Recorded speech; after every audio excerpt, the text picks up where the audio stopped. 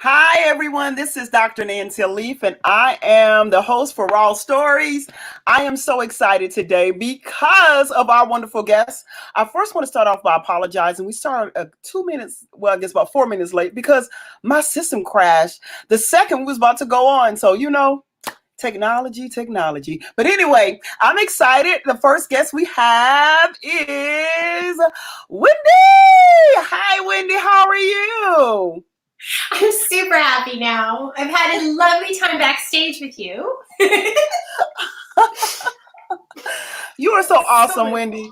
Tell us a little about yourself. Okay, my project. So I'm Wendy, and I was led to start this, what I'm considering now to be the most wonderful, amazing project of my life, a few months ago. I'm just going to come out. I've been totally blessed by this project. I really have. It started out as a newsletter, and it still is a newsletter that comes out every Monday morning. And the idea of the newsletter is to give you 10 brief encouragements to do some type of emotional strength building, emotional strength training, to try to treat our bodies. Our physical bodies need to be trained. Our mental bodies need to be trained. Our spiritual bodies need to be trained. And we usually do those things, but we leave out our emotional selves, I think.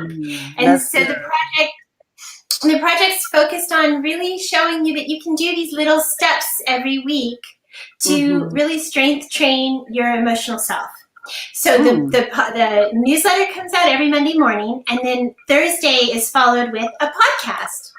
Wow. Which I'm very excited tell us about. The title of your newsletter, because for some reason I don't have it in here. So tell us the title of your newsletter. So the entire project is called the Underbelly Project. And the newsletter is called 10 Things. And because it is literally just 10 quick things Monday morning that you can use for your week to train. So give us an example of these 10 things. Give me an example of what, for an example, you presented. Give us 10 things. Okay. But for example, this week is Compassion Week. So every week is themed, and this week is Compassion Week. So this Monday morning, there's a quick, 2 or 3 very short paragraph of this week I learned. And it just tells a quick thing that I personally learned about compassion. And that's just to kind of set the tone. It's not too much, I did this. It's to set the tone of what is compassion, what are we going to be talking about, and what happens when you grapple with compassion. So this week I talked about grappling with my children and how sometimes I feel gut punched by my children, and how I feel like that's compassion, really showing its face for something that I maybe haven't dealt with in my past, for example. So that's how I set up compassion this week. Then I used a quote.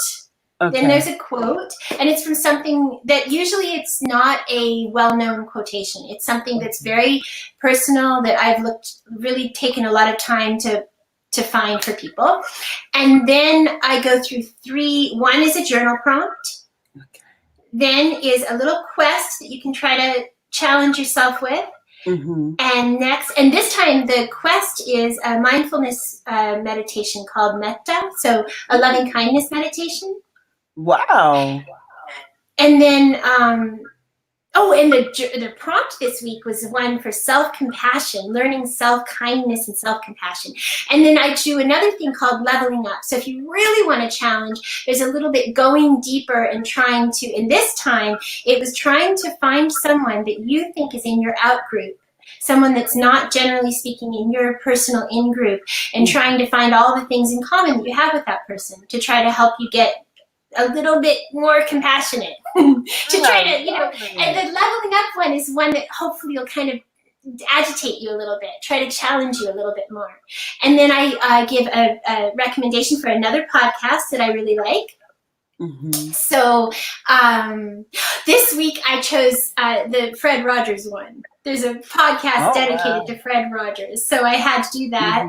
And then and then the other things are little things like that. So a video that I really, really like, and what's the other one I do? I can't remember. And then the last thing is a hero. So somebody that I just think is the definition of a heroic person that week. So this time I chose Fred Rogers because I just couldn't help it. So basically what you do is you showing them how to implement compassion. Yep, exactly. I love it. And you said something about meditation. So give me an example of how you would encourage them to meditate. Okay, well, gosh, I mean, in this case, I just gave a quick synopsis of a loving kindness meditation, and then I linked to the full explanation that had a really good audio as well. Like, I didn't put that in. I just gave exactly what a loving kindness meditation would look like. And then this one actually was specially geared toward also compassion. So you do a loving kindness meditation, and then you go a little bit deeper and really focus on compassion for somebody that you love and care about. And then you do I might have the order out of order. First, somebody you love and care about, then yourself, if I have it right. Then you do somebody who's neutral to you, and then you go deepest and you try to have compassion for your enemy. I love that. Wow. So basically you just encourage them to think of these people and focus on, I guess, expressing compassion to them. So what would be an example of showing compassion to an enemy? Oh gosh, I don't know. No, actually, I do know. I don't know I went through a period. Okay. Oh, I've never said this out loud in public before. Okay. I sometimes theme my life. I'll put a theme in my life. And so the theme might be fear or love or whatever. I went through compassion.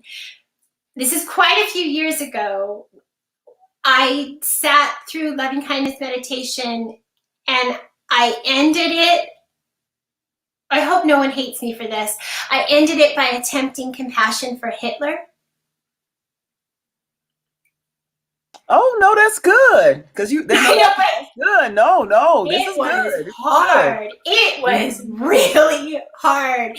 And so I just sat with that until I felt like, I could actually have compassion for that, for Hitler, and see Hitler. This is hard to say out loud, but see that person as a human being, a person as much human as I am, or somebody I truly love. And I did get there, which is kind of a scary thing to say out loud. It took time, but that's the idea. Is you sit with that image of that person and see their divinity, see that they are also human. And sometimes it's really hard. Wow. So basically what you do is use compassion to help you forgive. Well, yeah, absolutely. And the goal, the thing that I learned, actually, maybe I'll share that. The thing that I learned out of that time in my life when I went through that is that we often burn him in effigy. We use that person to use as an excuse for all the bad stuff, when we all need to look at our own shadow sides and realize that we have a bit of, maybe not that bad, but we have a bit of, we all have that in ourselves. And so we need to face that, ugliness in ourselves and be able to forgive that. And then we can move on better. And just, I can't even talk about that anymore. I want to move on. It was hard. I did it. I don't want to. No, the good thing is that you was able to even do that because it also helps healing emotionally, mentally, as well as spiritually, I honestly believe. I think so. I think it was incredibly helpful. And I love to pay forward, and I love to encourage other people to just spend time. I think we have this idea in our society that self-care, taking care of your emotional self, is either kind of spoiled or like this kind of thing that you do when everything else is okay or whatever. It is so vitally important. The interview I did for Compassion for the podcast, which I'm quite excited about, was with one of my mentors. And at one point we both were talking about how as your compassion grows, you can set a place at your table for someone else and bring someone else up. And until you take the time to give yourself self-compassion and increase that compassion in your life, you really don't have room at your table for as many people. I'm sure you agree. I know this is that is so good. I love that, Wendy. I can actually picture that, meaning you having a table and you have the different seats. Certain people that you may not have compassion for, you may not even offer them a seat, even they need a seat.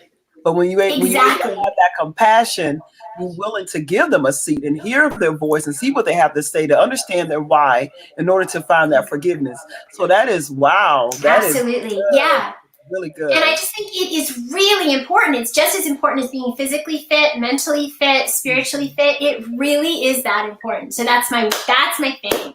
Wow. And now I'm doing a podcast. And you're gonna, can I say? Yeah, go ahead. I get to interview you. I'm so excited. I'm excited. Yes. I'm excited about that. And what days are your podcast? So everyone will love, so they will, they will know, so they can also join your podcast. When is it? I would love that. All right. I just recently changed the name of the podcast to the Wild and Precious Conversations. So it's a little bit hard to find, and but it's on Apple Podcasts, it's on Spotify, it's on Stitcher, it's on all the major, it's on all the platforms. You just have to look, and I drop them on Thursdays. I'm trying to do it. Yeah, that's it. I'm trying to do it Thursday morning, but it's been sometimes a bit later in the afternoon or even evening Thursday. So wow, this is awesome, Wendy. So we do encourage you all. So the main purpose for even posting is so we encourage you to, you have Apple Podcasts, or go ahead and sign up now and start listening and subscribing to wonderful Wendy. Let's help Wendy thrive by subscribing to her podcast. And she honestly wants interviews. She wants surveys. She will also want, not surveys. What were you saying earlier, Wendy, you would love from, because you don't have that many Americans? I've got a few Canadian ratings and reviews on iTunes, but I have one rating on the American Apple Podcasts. So you can see it there. It says 5 stars, but only 1 rating. So I would, if anybody feels called and they like it, to please rate and review. I have more Canadian listeners right now than American ones, and I would like to just grow my American listenership. So the great thing is with Women Who Thrive, we have 70 plus countries represented in Women Who Thrive. And so we encourage you, if you can go to Apple Podcasts and just listen. Absolutely. Take time to listen to 1 or 2 or 3 or whatever, because most time when you start with 1, you're going to want to continue, because Wendy's voice is just, and just a personality, her energy, you drawn to it. So please go ahead and let's help Wendy, and let's like her podcast and take time to help her thrive. Yes. Anything else you would like to say, Wendy, before we bring closure to your interview? I'm just thrilled that you had me on again, Nancy. I am so excited. And can I say why I'm so excited? That it has to do with you also? Okay, because it also has to do with me. My amazing life coach, Sonia. Let's thrive. Yes. The life coaching program. Yes. Absolutely. I can't tell you. I just finished. Sonia is she's a rare leader. She's a leader, and she has led me. I've watched her lead me to this place where I feel like I have confidence. I know what I'm doing. I know my purpose, and I am just so grateful. I am so grateful. I really am. Oh God! Okay, what she's talking about, you all. I have a program called Let's Thrive Together Life Coaching Program. Same. And Wendy is a part of that program. And one of the coaches that's under my supervision, she's going through the training to become a certified coach. and Wendy is being coached by Sonia. And so Exactly. Wendy being a part of it since December, the end of December, and now she's almost, wow, what month is this? So June, we almost We're 6 months. almost finished. And so what she's saying is she's accomplishing her goals, and we're excited that she is a part of Let's Thrive Together life coaching program. And you will hear more about that. So the funny thing is you will be hearing from Wendy. I'm not Wendy, not Wendy, Sonia. From Sonia.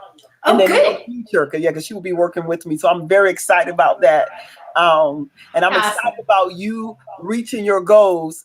Oh my goodness. Yes, that's what it's about. It's been real. It is. I am just thrilled. I feel really, really blessed. I just do. So yeah. Wow. Yeah. What would you like to say to anyone that wants to start their own blog or newsletter? What would you like to say just to encourage them? Just do it. I mean, I think that there is something to be said for this audio. I'm a writer. I'm a writer by trade. Mm-hmm. And I was just drawn to this idea of the audio storytelling format. And I have not looked back. I'm so excited just for that format. It's really fun. I don't know what else to say. It's fun and it's engaging. It's just one more way to get stories told. And I really firmly believe that for certain segments of the population, we need our stories told. Mm-hmm. We really do. They're just, and it's now is the time. So wow. Do it. And another thing too, if we would like to give a gift out to at least 5 people that will go to Wendy's podcast, and let's show that again for you. And then after you do go to the podcast and listen to it, and then we want you to rate it we want you to be honest. We want you to rate it. Yeah. And after you do that, we want you to going back to Women Who Thrive and post underneath this interview and let us know what you have done. And we will select at least 5 people to win gifts. And we will tell you what those gifts are later on. Because right now I just brought it up. So I will make sure I put some gifts because I want to support Wendy. We want to help her thrive. That's awesome. And that's a way to get people to come and motivate you to come. Because at the end of the day, we want everyone to be a success in Women Who Thrive. So Wendy, we will put that out there even the more. Thank you. And that's Thank you so much to help your company thrive. Because at the end of the day, you are a woman, and we want all our women. We love our men. I love my husband. God knows I do. That's right. We want to get together and help each other thrive as a community. Oh, that's awesome. So thank you so much, Wendy. Anything you would like to say before we bring closure to your interview? No, that's it. I just am so happy and so blessed, and thank you so much. Oh, it's an honor. Well, that was wonderful, Wendy. Wendy has a heart, she has a beautiful heart, and I've been knowing her for years. And just the idea that we are now working together, partnered together, and helping each other thrive. And at the end of the day, seeing her thrive just gives me, I get excited. And also not just seeing her, also seeing other women thrive. Our next guest is Dr. Erin. I'm very excited to have her here. Dr. Erin, I told her on the phone, we was talking in backstage before we came, that she is like one of those special angels. And she said, what, do you know me? Kind of thing. I like the idea that she has the patience, most of all, the heart and the compassion to help a community. And I say the community, she helps special need kids. And she's a chiropractor, and she's going to tell you more about how she does that, and also options that you can gain from her in order to help you with any child that you may have that may have special needs, or just you want to learn about special needs. She has a program that she's going to introduce to you. So I don't want to talk too much because I want her to tell her own story, her own raw story. Come on in, Erin. How are you? I'm great. How are you? I'm well. Thank you for asking. So tell us a little about yourself. I hope I didn't say too much. No, you're good. So I have this Southern drawl you'll have to deal with. I'm sorry. No problem. No, she's from Mississippi, y'all. Yeah. Yes. So my family's having dinner on the other side of the house. So I have 3 girls. They're 13, 10, and 8. And then so that keeps us rolling. But my husband and I just opened I was an independent contractor, so I worked in another doctor's office for almost 13 years, and then in October decided to open my own practice. So we've spent the Congratulations! Thanks. And had really put off like hiring anybody. Like, I'm gonna wait 6 to 8 months to see how it goes, and ended up having to hire somebody at like 4 months. So Yes. growing, and it's beautiful, and that's kind of like running in the background. So what else do you want to know about me? All right. So we know you have 3 kids, and before you decided to help special needs, tell us your history. Tell us what you did before. Sure. So I graduated chiropractic school in 2006, and at the time came home. There are several chiropractors in my family. So like my mom's a chiropractor, and we work together. So there's yeah, no. That's awesome. Thanks. There's a Division I, NCAA Division I school about 20 minutes from our office. And so we got involved there. I went back to school and got a master's degree in sports science and rehabilitation so that I could work more closely with athletic trainers and the coaches and the athletes themselves. So put in a lot of hours there, a lot of traveling, a lot of time on the road. Worked with all the major sports: football, basketball, baseball, track and field, softball, I mean, anything you could think of. I think the only ones we didn't were like the bowling team. I mean, wow. So, I mean, we were gone all the time. So at that point, I had a younger one at home, and then ended up having 2 more over that time period. So it just got to be kind of strenuous trying to manage who's going to keep the kids. Are they going with us? Are they on the field? Are they not on the field? So it just kind of became one of those situations where you have to go, okay, there's a juncture here, and I've got to make a decision. So I had I just walked away. I mean, I love it. I still love sports. Like, I'd go tomorrow. Anytime there's somebody's playing. Like, it's been so hard to not have baseball this season. Wow. Right. Yes. I'm like, what are we doing? Why can't we watch TV? You know? I have a real passion for sports. Not that I ever played or was good at it, but that was just a natural inclination for me. So, kind of had to shift that trajectory in my life once my kids had little ones at home, and it just didn't make a whole lot of sense doing that. That's the amazing part of being a mom. You know, you change your life, your career, because at the end of the day, they're like the most special gifts that you have. So I totally understand. I transform my whole life just for my babies. So I totally get it. Thank God we have husbands to help us during the process. Okay, so now that you no longer work with athletes, what encouraged you to transition to helping children with special needs? Sure. So the biggest part was my daughter's diagnosis. So she was in kindergarten at a Catholic school here, and had a meeting with the principal and the first grade teacher. And basically she looked at me and said, "We can't handle her." What do you mean? Like, we've made it through 2 years here. What do you mean you can't handle her? She's just going to require more attention than we can give her. Okay. So I'm like, we're going to have to do something different. At the time, they had opened what they call a special purpose school here in town for kids that had learning disabilities like dyslexia and autism and sensory processing and things along those lines, ADD and ADHD, who may require a little bit extra attention, but still could get the academics that they needed. Right. So in order to get in, we had to have a diagnosis. Okay. Got it. And the only thing we had at the time was pervasive developmental delay. Okay, right. So we ended up having to go through the psychometrist and getting all the testing. And that's when her diagnosis really became on paper. Right. But as far as me saying, hey, she's autistic, it took me 8-10 years to come to that, where I was okay, there's something wrong here. So that made the shift for me, because I was going through all this, like the diagnosis and school changes, and trying to figure out how to help her and what do we do now. And I was like, there's a lot of, on the backside looking at it, it's like, man, there was a lot of frustration. There was a lot of confusion. There was a lot of just nobody knows. And we still deal with that every day. Like we had this conversation this afternoon of what do we do? She's going to be 14 next month. Are we going to drive? Are we going to have a job? Are we going to go are we going to be able to get a GED? Are we going to be able to have a certificate of attendance because we went to school? what does that look like? And it's something we juggle all the time. Like, right. Well, wow. That was the shift for me into that. Okay. Wow, that makes so much sense. So basically, the transition was based from a place of compassion towards your daughter and making sure that she thrives as an individual. And so how she's doing now? She is, it has its moments. We went through a big issue back in late September. We had to get all that worked out. She's been on medication now for the first time ever in her life. So it's a big shift for all of us trying to adapt to, like, what does it look like now?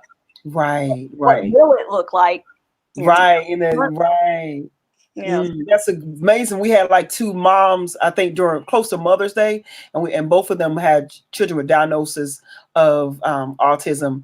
And one was now he just graduated. He graduated last year, but they understand at the end of the day he's going to be home with them, even as an adult. And then, and I was telling you earlier about my sister. She has a son, and she knows already that he's going to be with them, for a long time. So he's a little more severe on the severe level. And so with that, and I love what you're doing, because now that you're find a way, you change your career for your kids, and now you're trying to help others. Tell us about your program. Sure. So it's the special needs specialist, and it really, when I created it, I wanted it to serve a gap that I noticed even in my own life between what I saw at home and what I was trying to tell the doctors and the therapists and the psychiatrists and all these testing, everything that we'd gone through, what I was trying to make them understand. And then the questions they were asking me, I felt like it didn't match. Like, they didn't care about what I wanted to say. They didn't know what I was trying to get across. And so I created it's the special needs specialist. So it's to serve a bridge between, this is what mom and dad see at home. This is what happens, at school or at therapy. This is what happens at the doctor's office. Here's what everybody's looking for as far as communication wise. Here's how they talk as far as professionals. Here's how parents talk. So let's try to understand and communicate better with each other for the benefit of that child. Right. So basically, you train the parents how to become better advocates for their child. You teach them the terminology, as well as when it's time for them to connect, they will be able to know what to ask for their child. They know how to articulate what's happening at home and how they can partner together in the classroom in order to have the same interaction. That is awesome. And so how long is this training? It's 8 modules. So when we created it originally about a year ago, it'll be here in July. Oh, time flies. Wow. It was what you call drip content. So you had to go through the first week before you could get the second, and then through the second before you could get the third. Now it's a self-paced. Okay. So it drops all at one time. And if you want to take 6 months to do it, if you want to take 8 weeks to do it, however long works for you is what you've got available. Wow. And if you see at the bottom, you see her website is rolling down at the bottom. Can you tell us the website if they do want to sign up for your course? Sure. You can go to the specialneedsspecialist.com, and there's an orange box that floats, and it'll let you sign up right there. Wow. And I think we have a picture of the website. So when you do go to the website, you will see this, so you will know you at the correct website. Can you give us an overview about your site? So when they do go there, what would they need to do? Sure. So if you just want to if you want to sign up for the class, you would click the orange button that says register now. If you're a little more like leery, you're not sure what all's in it. So there's the what is it tab that tells you exactly what it is. You get the curriculum. It tells you what's in each module, gives you a little bit about me, a couple quotes from people who've taken the course. There's some frequently asked questions about, can I get a refund? How long does it take? Do I have to be a doctor to take this class? And then, of course, if you have any questions that we didn't answer, there's a contact us. And then, by all means, subscribe to the blog. There's at least, I think we're at 2 articles a month now. And you can go back and search through all those, too, as well.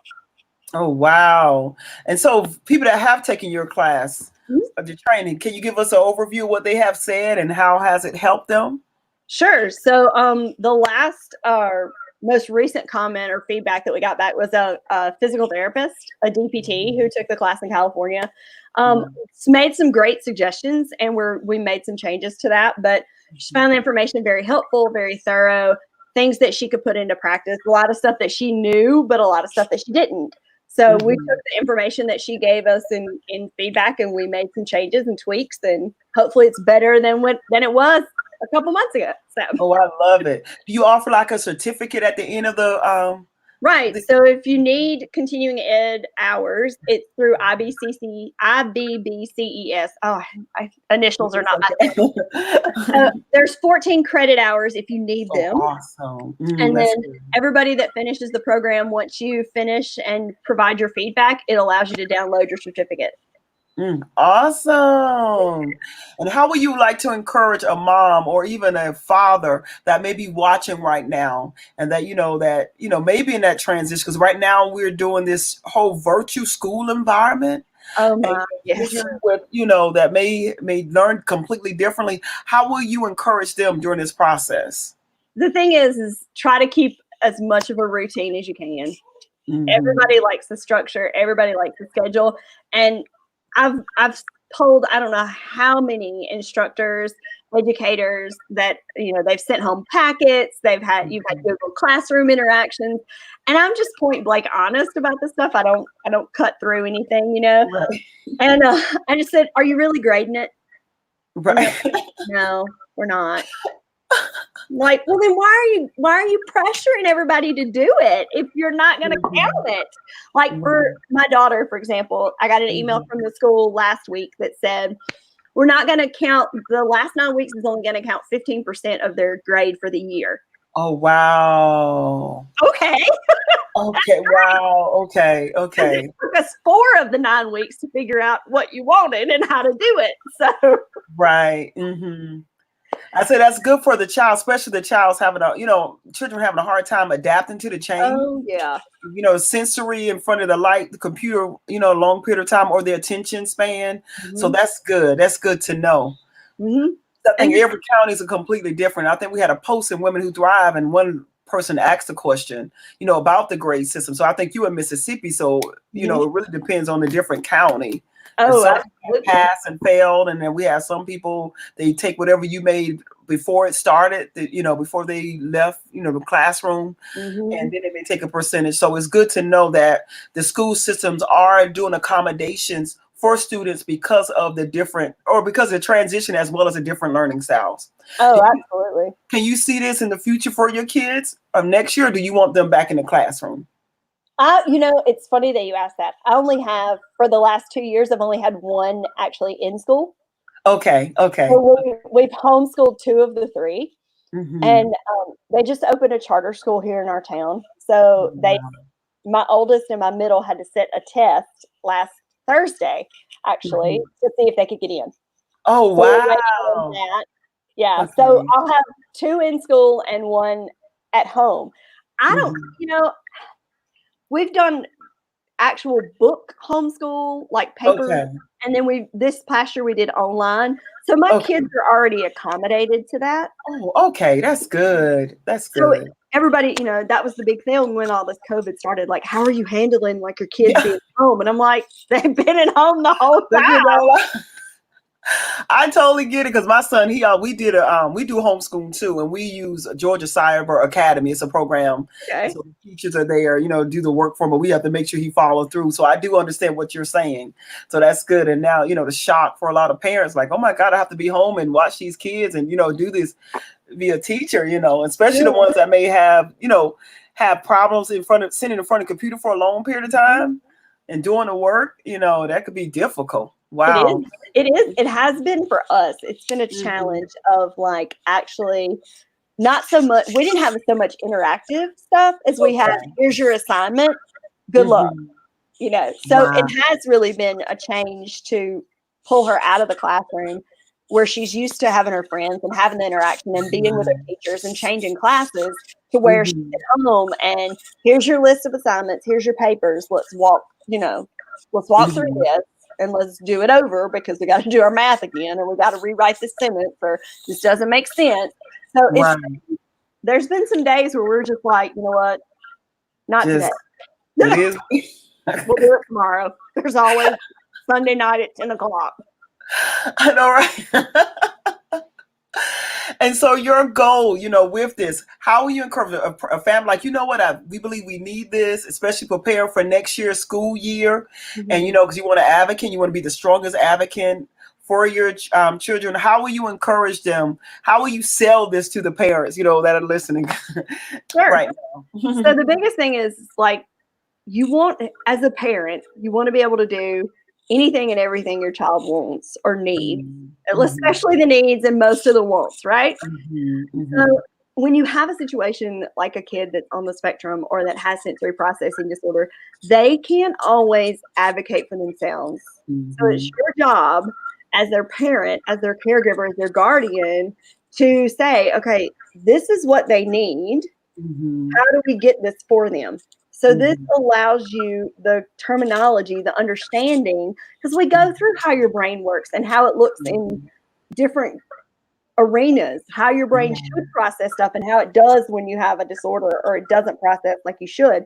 So it gives you a glimpse of, so this is what they're thinking, or this is what that looks like. It gives you a better understanding of where they are so that you can be a better advocate for them at the doctor's office, at therapy, at school, at wherever you need to be, or when you're at a restaurant and all of a sudden we're flailing and screaming on the floor instead of just like hovering in embarrassment and trying to get them up. It offers you options of, let's try this to get them to calm down. That's how you explain it to other people, because people are gonna act like people do, right? And you don't want to be curt, like rude, but you don't want to be, not knowing what to say or naive, right? Exactly. Being able to stand your ground and also, So it gives you an option to do that and the ability to verbalize for other people. Oh, I love it. Thank you so much, Erin. You're welcome. Thank you. How would you like to bring closure? What would you like to say to bring closure to your interview? Oh, wow. I don't know. I hadn't thought that far ahead. I think the biggest thing is just have grace. That's the biggest thing. Just be mindful that it's a different way of looking at things. It's a different way of processing the world. It's a different way of understanding how things work. And just be graceful. I love it. Being graceful. Thank you so much, Erin.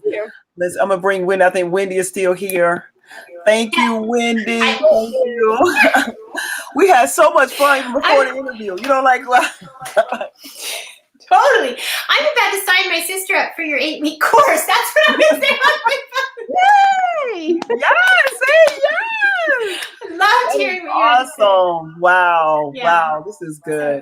And I'm going to see if we have any questions. If you all have any questions for any of the ladies, please know you can show them out. Let's see here. We have someone say, yes, please do. I'm not sure when that was indicated, but well, we're going to wait a couple of more seconds to see if we have any more questions. And if we don't have any more questions, we're going to bring closure to this amazing conversation. I call it conversation or interview, as well as the ladies. They will be putting their information at the end of the conversation, at the end of the Inside of Women Who Thrive, as well as my website, as well as if you watching on YouTube, they would try to go to both those 3 locations and put their website so you can go there. And I know you see right now, you see Erin's information scrolling down at the bottom. So if you can see that, you can get that, but she also is going to type it so you can maybe just click on it and sign up, as well as wonderful Wendy. I call Sweet Wendy. She's going to put her information as well, so you can click. Anything you all like to say, ladies, before we just shut it on down? Oh man, thank you so much. Yeah. Thank you so much. Thank you. It's an honor. It's an honor. Thank you all so much for coming. So I'm going to go ahead and bring you all, take you backstage. And I just want to thank you all for watching Raw Story. Raw Stories is a place for others to express their story. Ask for help in what they're doing, as well as your support. And the main thing is helping women thrive, as well as any person. We have men and women that we do interview. And at the end of the day, we want them to thrive. Thank you for watching Raw Stories. I'm Dr. Nancia Leath, the host of Raw Stories. Y'all have a good night, and we see you next week.